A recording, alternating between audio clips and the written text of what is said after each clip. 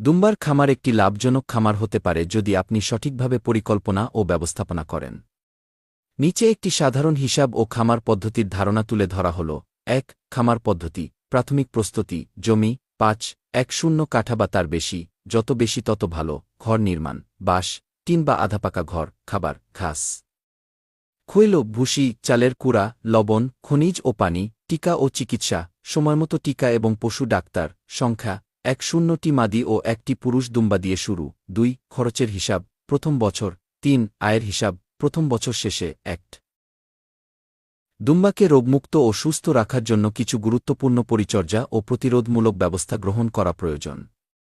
নিচে রোগ প্রতিরোধ ও পরিচর্যার বিস্তারিত উপায় তুলে ধরা হল। ১. নিয়মিত পরিষ্কার পরিচ্ছন্নতা। খামার ও ঘর প্রতিদিন পরিষ্কার রাখুন। প্রস্রাব পায়খানার জমা পানি জমতে দেবেন না। খাওয়ার পানি ও খাদ্য পাত্র নিয়মিত পরিষ্কার করুন। ২. সঠিক খাবার ও পুষ্টি। ভালো মানের ঘাস, খৈল, ভুসি, কুড়া ও খনিজ লবণ দিন। খাওয়ার পানি যেন বিশুদ্ধ হয়। অতিরিক্ত বা পচা খাবার না দিন, এটা পেটের রোগ সৃষ্টি করে।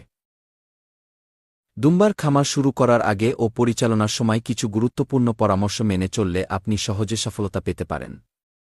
নিচে ধাপে ধাপে কিছু গুরুত্বপূর্ণ পরামর্শ দেওয়া হল।